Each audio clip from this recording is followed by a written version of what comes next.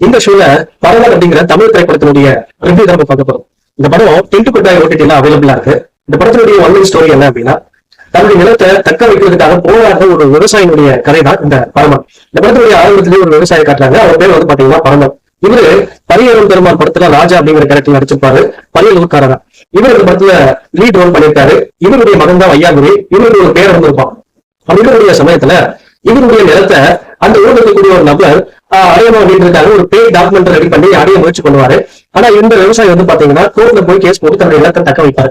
இந்த பிரச்சனை முடிஞ்சதுக்கு அப்புறம் இன்னொரு பிரச்சனை வரும். அந்த ஊருக்கு ஒரு கவர்மெண்ட் ப்ராஜெக்ட் வரும். அந்த கவர்மெண்ட் ப்ராஜெக்ட் மூலமா ரோடு ஹைவேக்காக இந்த விவசாயியுடைய நிலத்தை உட்பட பல விவசாயியுடைய நிலத்தை அந்த கவர்மெண்ட் ஆக்கிரமிக்கிறாங்க.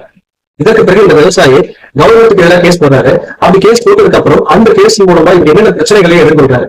தனிப்பட்ட முறையில அவருடைய வாழ்க்கையில என்னென்ன இழக்கிறாரு அண்ட் டூஸ்டே அந்த கேஸ்ல ஜெயிச்சாரா இல்லை அப்படின்னு சொல்லி பல விஷயங்களை சொல்லக்கூடிய படம் தான் இந்த படம்.